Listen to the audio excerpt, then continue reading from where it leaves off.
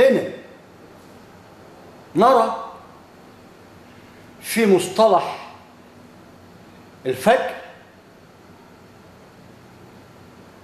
بشكل مبسط بنسأل فيها راجل بسيط رايح فين؟ رايح أصلي الفجر. يعني إيه الفجر؟ يعني أصلي ركعتين لله وأتكل على الله أروح على الشغل. يعني كده خلاص. طيب مصطلح الفجر يعني إيه؟ ده ما نتحدث فيه من خلال أكثر من حلقة حتى نعي مصطلح الفجر بشكل مبسط وبشكل ذري وبشكل ميكنة ذرية وميكنة كونية وميكنة رقمية وميكنة حرفية تعني الأسماء المؤدية إلى شعوب وقبائل. تكاثر من زوجين 9 مليار. امبارح كانوا 7 بقوا 9. سبحان الله. شوف التناسل بقى، شوف العشار شغاله ازاي. شيء عظيم. لو تدبرنا مصطلح العشار بالشكل ده وده وامسك قانون الازواج حتى اعي مصطلحه كواحد في التعامل وكواحد مصطلحه العلمي كفلق من واحد له بداية مؤدية إلى اللانهاية. سبحانه خالق هذه المنظومة ويكون لنا الواحد مقياس. ده لوقح رياح تعريف برقم واحد فقط.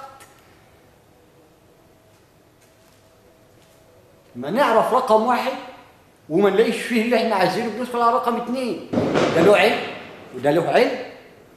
إلى أن تصل 10 تكامل النواة المنظومة الرقمية اللي من خلالها بيتم الفلق المؤدي إلى 11. تكرار الرقم من جديد.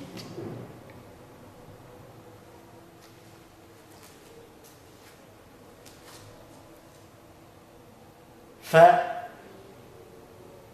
الفجر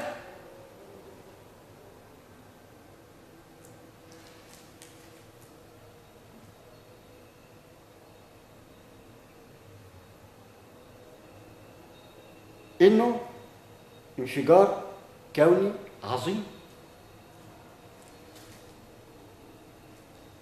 كرفع ووضع ميزان إلى أن نيجي نشوف هذا الفجر العظيم اللي أخذ 7 أيام وهو بين الكاف والنون ادانا مقياس برق البصر. يعني في برق البصر يقام ظلال مع مراعاة نوع الأمر والرقم. جمع هذين الزوجين بين الكاف والنون وما يكمن في نفسه لسه ما قالش كن. ده ما يكمن في ذاته العلي كالصار. ولكن كونه يوضع لنا مقياس 7 اللي تشكل لك ملك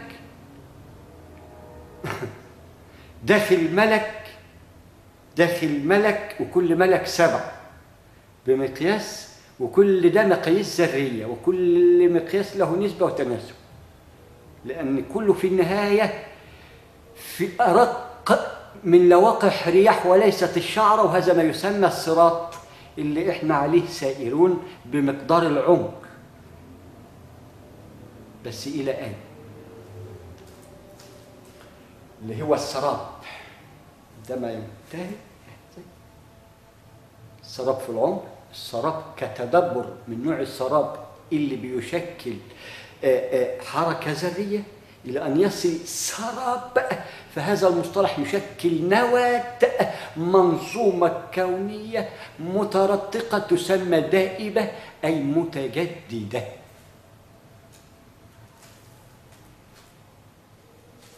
ده بالقانون الذري. ولكن احنا بنوضح في الفجر بالشكل البسيط للناس اللي زي هلال رمضان حتى نستوعب معنى أن الفجر ركعتين ومعنى الفجر إيه عشان نعرف صلينا الفجر فيه.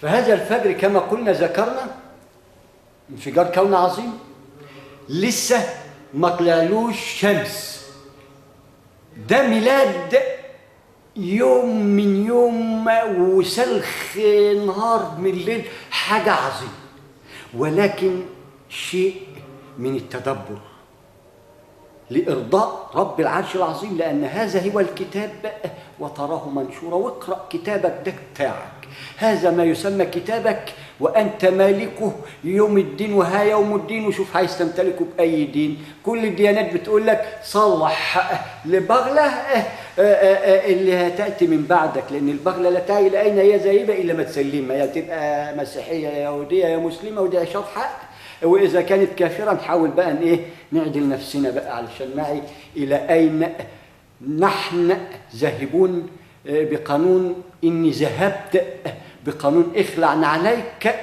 فالحمد لله رب العرش العظيم إلى أن الكل يخلع نعليه. عندما تخلع نعليك مبكر بتعيش حياة كلها سعادة مبكرة، سعادة علمية تشكل لك نور البصيرة، وتكون الذرة اللي وضعها لك ربنا مقياس مجهري تنير به ما يسمى المقياس القائم على ما يسمى عين البصيرة، القلب، علق، مضغ.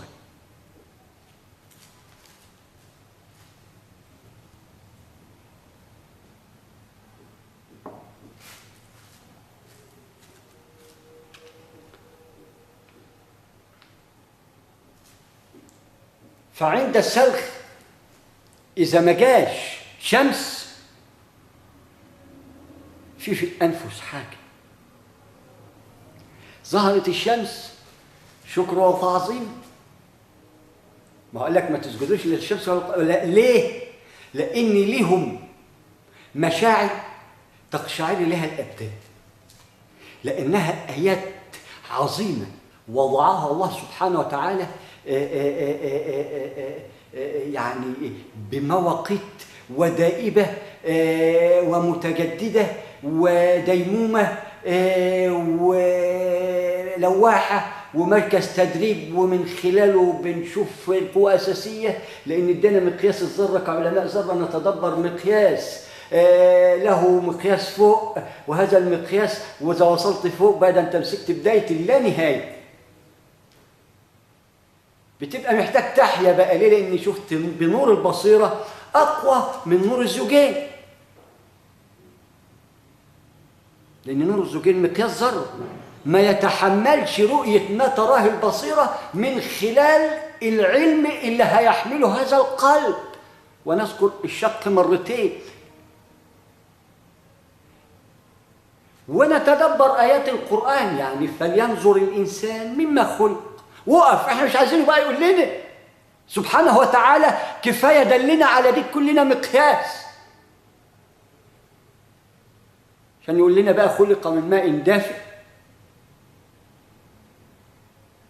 عندما يتحلل كده يطير منه نسبة المياه، وبعدين يترتق منه المادة اللي تشكل بودرة اللي تنتمي للأرض، اللي هم المواد الذرية اللي هي تنتمي للتراب، النشأة الأولى.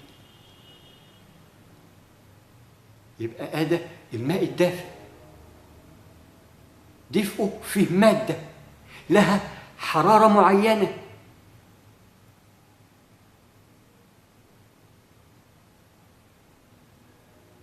ولذلك جسم الإنسان كله بيتغير حرارته، إلا هذا الجزء يكون لنا مقياس إنه هو متعادل الحرارة، لأنه بيؤثر على ما يسمى الخصوبة.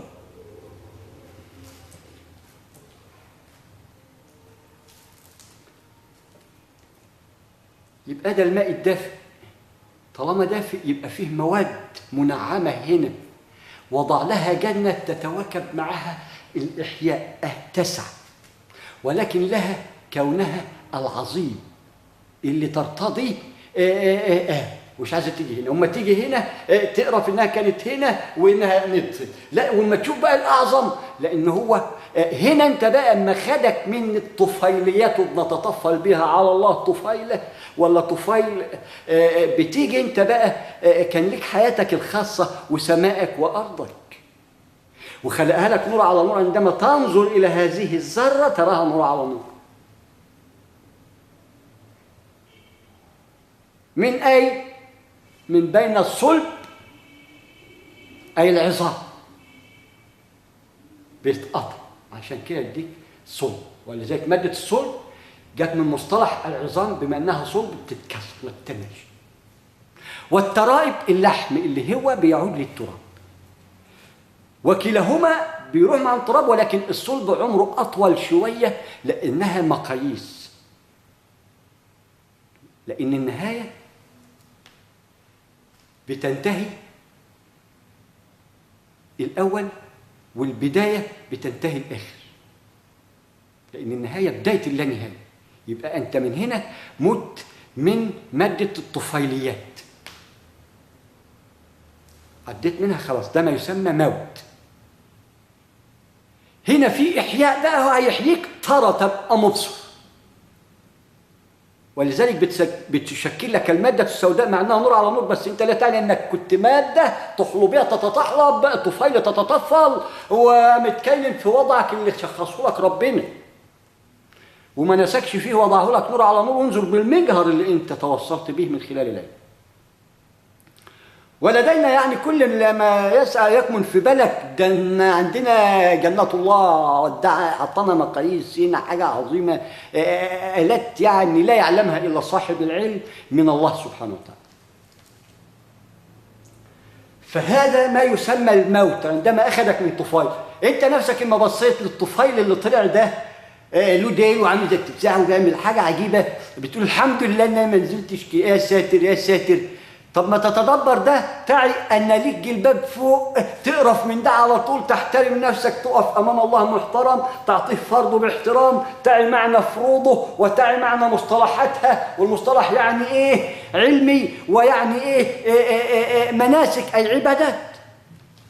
مصطلحه العلمي كمسمى ومصطلحه كعبادات. عرفت أنت مصطلحه كمناسك وعبادات، ما عرفتش مصطلحه العلمي. وبناء عليه الأمة تسمى فقراء. والفقر مش في المال، الفقر في العلم، لأنه المقياس للمال ترى في وجوههم النعيم.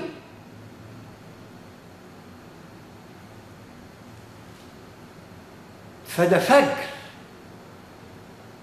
من فجر اكتملت عناصر.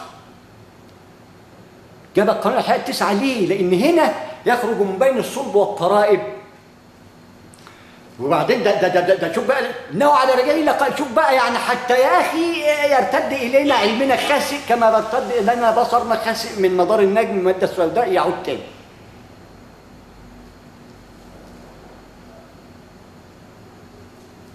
يبقى هنا رأينا في نواة الذرة، مثلث نواة الذرة اللي يشكل دودة أي تحلب، طفيل، جرثومة. انت بقى سميت مسميات عدت بها القرآن، كان لك مقياس، ولكن انت نسبت العلم لنفسك وانت جاش من الله، وعلشان كده ما عدكش من واحد، لانك غير قادر على انك تواجه الوحي اللي هيديك علوم الوحي.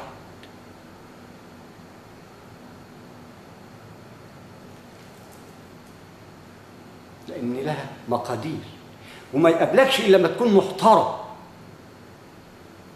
ومتوضي، لأنه هيكلمك بلسان القرآن بخير مثلث خالقه خارج العدد. خلاص هو واحد نعلم، بدأ بالأزواج بقى الكتاب والسنة. عشان كده ده كان يشكل نواة كل الأنبياء، شكلت نواة الله سبحانه وتعالى في الأرض، مثلت اللي مثل دور كيفية العرش سيدنا سليمان ونوع الأمر حتى تعرف. ودنا نواة سيدنا محمد لم بقى كل ده وقال لك خد للكافر قبل المسلم، لأن المسلم أسلم واليهودي أسلم والمسيحي أسلم، لأن الكل بيأسلم لرب العرش العظيم وجهه أيا كانت ديانته.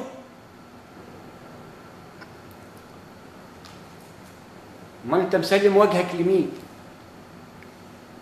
ومين اللي أعطاك هذه الوجهة أصلا؟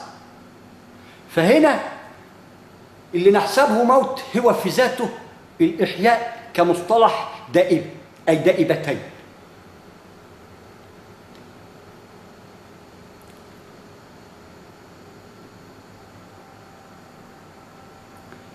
فبنرى أنه يخرج من بين الصلب والترائب.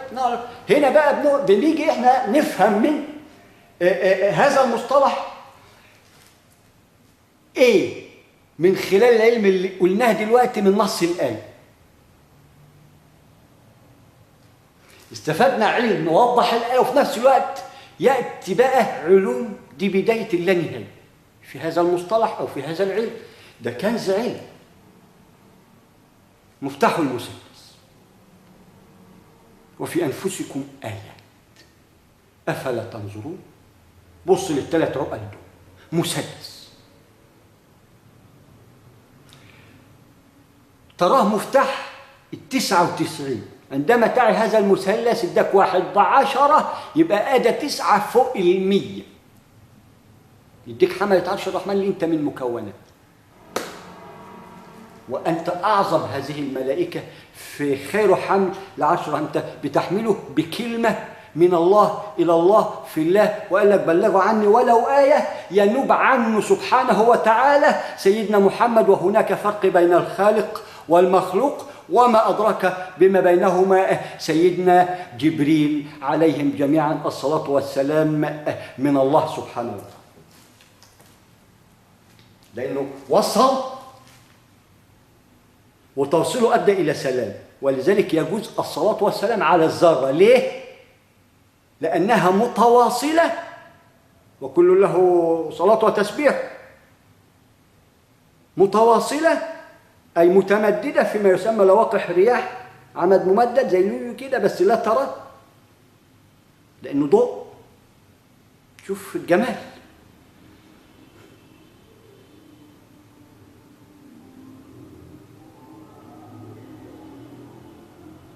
موصولة صلاتها وتسبح سبحا طويلا. انت خدت بالك من سبحها من أول الأرض طالعة راحة فين؟ ما حسبتش زي ما حسبتش الفجر برضه عم هلال.